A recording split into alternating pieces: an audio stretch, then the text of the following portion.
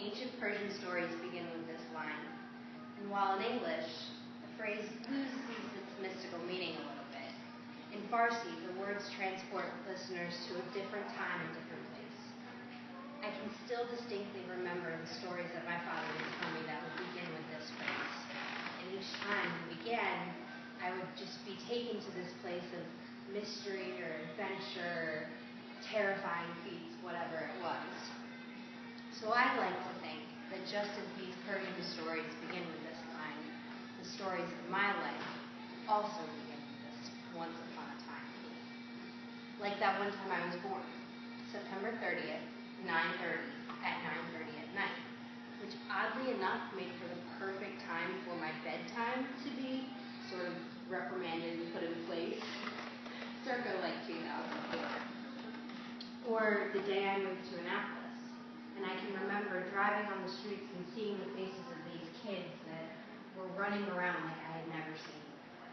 These faces would grow to be faces that I would carry with me every day, whether it was my first day of middle school or my first day of high school or high school graduation.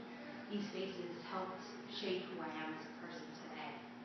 Or that very first time I walked onto a Feel Happy field and I felt the rush of encouragement and excitement and just the camaraderie of a team, and feeling that joy of a well-deserved win. Or when I got my first college acceptance letter, it was as if all of my hard work had paid off, that I was being recognized, that I was going to college. Or the very first time I got my first tattoo, it was this mixture of pain and excitement, and then inevitably oh man, what are my parents going to think? Or the very first time I walked into church, and I realized that Jesus was an essential part of my life, someone that I carry with me everywhere I go, that has just brought me through countless times and really solidified who I am as a person and what my goals are in life.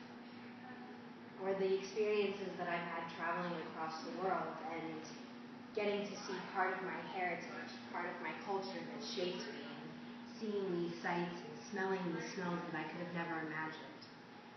It's all of these little moments, just glimpses of my story, have just accumulated into my life that began with the Ethiopian Mountain.